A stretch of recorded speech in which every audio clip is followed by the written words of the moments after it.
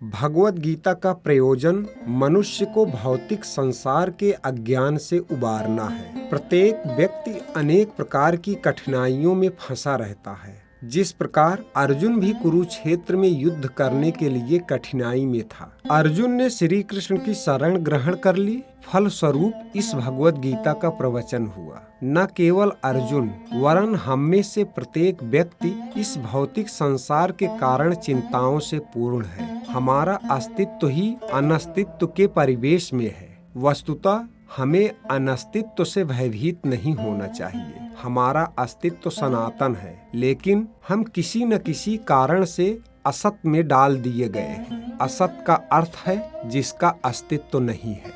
कष्ट भोगने वाले अनेक मनुष्यों में केवल कुछ ही ऐसे हैं जो वास्तव में यह जानने के जिज्ञासु हैं कि वह क्या हैं और वह इस विषम स्थिति में क्यों डाल दिए गए हैं। जब तक मनुष्य को अपने कष्टों के विषय में जिज्ञासा नहीं होती, तब तक उसे यह अनुभूति नहीं होती कि वह कष्ट भोगना नहीं अपितु कष्टों का हल ढूंढना चाहता है। तब तक उसे पूर्ण मानव नहीं समझना चाहिए। मानवता तभी शुरू होती है जब मन में इस प्रकार की जिज्ञासा उदित होती है।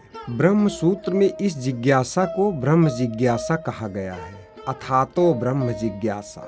मनुष्य के सारे कार्यकलाप तब तक असफल माने जाने चाहिए जब तक वह ब्रह्म की प्रकृति के विषय में जिज्ञासा न करे। अतएव जो लोग यह प्रश्न करना प्रारंभ कर देते हैं कि वह क्यों कष्ट उठा रहे हैं या वह कहाँ से आए हैं और मृत्यु के बाद कहाँ जाएंगे, वही भगवत गीता को समझने वाले सुपात्र विद्यार्थी हैं। निष्ठावान विद्यार्थी में भगवान के प्रति आदर भाव भी होना चाहिए। अर्जुन ऐसा ही विद्यार्थी था। जब मनुष्य जीवन के वास्तविक प्रयोजन को भूल जाता है तो भगवान कृष्ण विशेष रूप से उस प्रयोजन की पुनर्स्थापना के लिए अवतार लेते हैं।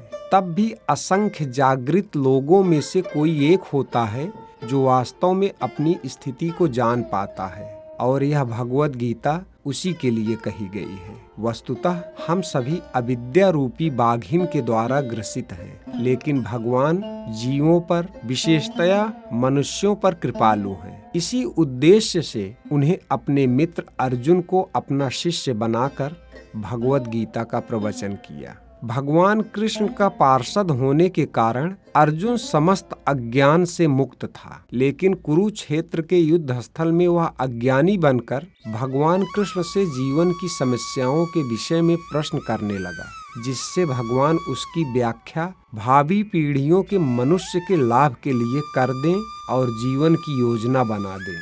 तब मनुष्य उसी के अनुसार कर्म करेगा और मानव जीवन के उद्देश्य को पूर्ण कर सकेगा। भगवत गीता की विषय वस्तु में 5 मूल सत्यों की धारणा निहित है। सर्वप्रथम ईश्वर विज्ञान की और फिर जीवों के फलस्वरूप की विवेचना की गई है। ईश्वर का अर्थ नियंता है और जीवों का अर्थ है नियंत्रित। यदि जीव यह कहे कि वह नियंत्रित नहीं है अपितु स्वतंत्र है, तो समझो कि वह उन्मादी है।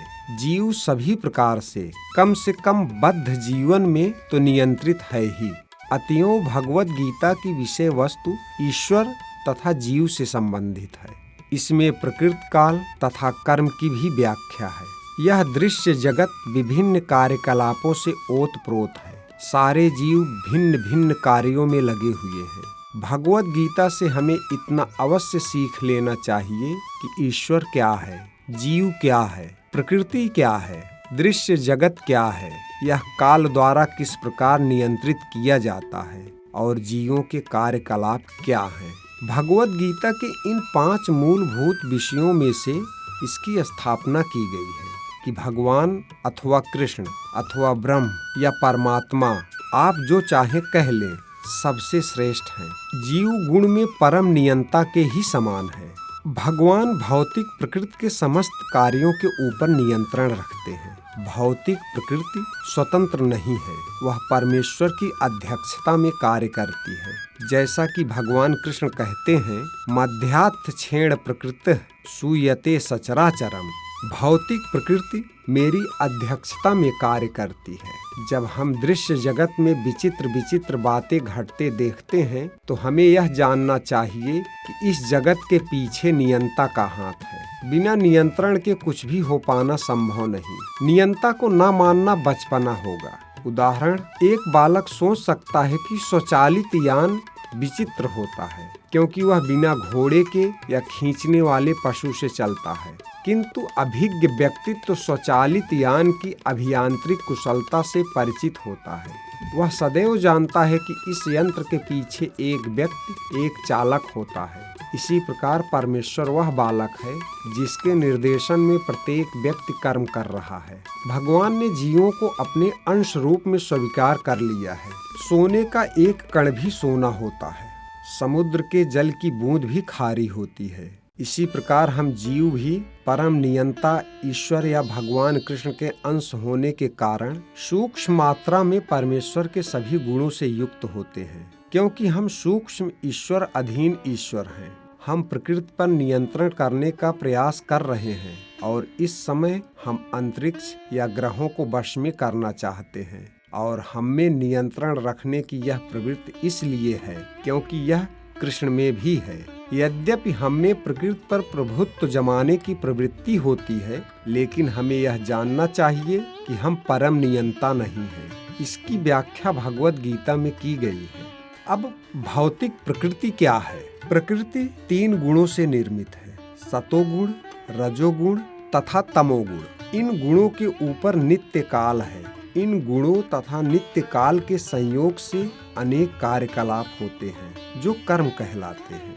ये कार्यकलाप अनादिकाल से चले आ रहे हैं और हम सभी अपने कार्यकलापों के फल स्वरूप सुख या दुख भोग रहे हैं। जैसे मान लें कि मैं व्यापारी हूँ और मैंने बुद्धि के बल से कठोर श्रम किया है और बहुत संपत्ति संचित कर ली है, तब मैं संपत्ति के सुख का भोगता हूँ। और यदि मान लें कि व्यापार में मेरा सब धन चला जाता है तो मैं दुख का भोगता हो जाता हूँ। इसी प्रकार जीवन के प्रत्येक क्षेत्र में हम अपने कर्म के फल का सुख भोगते हैं या उसका कष्ट उठाते हैं। यह कर्म कहलाता है। ईश्वर, जीव, प्रकृति, काल तथा कर्म, इन सब की व्याख्या भगवद गीता में हुई है। इन पांचों में से ईश्वर, जीव, प्रकृति तथा काल शाश्वत है। प्रकृति की अभिव्यक्ति क्षणभंगुर हो सकती है, लेकिन यह मिथ्या नहीं है। कोई दार्शनिक कहते हैं कि प्रकृति की अभिव्यक्ति मिथ्या है, लेकिन भगवद गीता या वैष्णवों के दर्शन के अनुसार ऐसा नहीं है। जगत की अभिव्यक्ति को मिथ्या नहीं माना जाता, इसे वास्तविक किंतु क्षणभंगुर माना जाता है। यह उस बादल के सदृश है जो आकाश में घूमता रहता है, या वर्षा ऋतु के आगमन के समान है जो अन्न का पोषण करती है। ज्यों ही वर्षा ऋतु समाप्त होती है और बादल चले जाते हैं, त्यों ही वर्षा द्वारा पोषित सारी फसल सूख जाती है। इसी प्रकार यह भौतिक अभिव्यक्ति भी किसी समय में किसी स्थान पर होती है, कुछ काल तक रहती ठहरती है और फिर लुप्त हो जाती है। प्रकृति की ऐसी ही लीलाएं हैं, लेकिन यह चक्र निरंतर चलता रहता है। इसलिए प्रकृति शाश्वत है, मिथ्या नहीं है। भगवान इसे मेरी प्रकृति कहते हैं। यह भौतिक प्रकृति परमेश्वर की भिन्न शक्ति है। इसी प्रकार जीव भी परमेश्वर की शक्ति है, किंतु वह विलग नहीं, अपितु भगवान से नित्य संबद्ध है। इस प्रकार भगवान, जीव, प्रकृति तथा काल, ये सब परस्पर संबद्ध हैं और सभी शाश्वत हैं। लेकिन कर्म शाश्वत नहीं है। हाँ, कर्म के फल अत्यंत पुरातन हो सकते हैं। हम अनादिकाल से अपने शुभ अशुभ कर्म फलों को भोग रहे हैं, लेकिन साथ ही हम अपने कर्मों के फल को बदल भी नहीं सकते हैं, और यह परिवर्तन हमारे ज्ञान पर निर्भर करता है। हम विविध प्रकार के कर्मों में व्यस्त रहते हैं, लेकिन हम यह नहीं जानते हैं किस प्रकार के कर्म करने से हम कर्म फल से मुक्ति पा सकते हैं। लेकिन भगवद गीता में इसका भी वर्णन हुआ है।